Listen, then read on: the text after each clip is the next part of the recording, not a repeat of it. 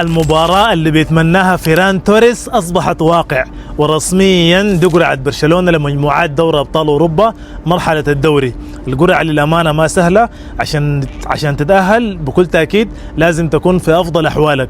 مباراة برشلونة داخل الأرض مان سيتي، أستون فيلا، فاينورد، كومو، وخارج الأرض باريس سان جيرمان. ودي ممكن تكون أصعب مباراة لبرشلونة في دوري الأبطال في مرحلة المجموعات على ملعب حديقة الأمراء وسبورتنج لشبونة وجلاطاسراي ونادي صباح الأوزبكي.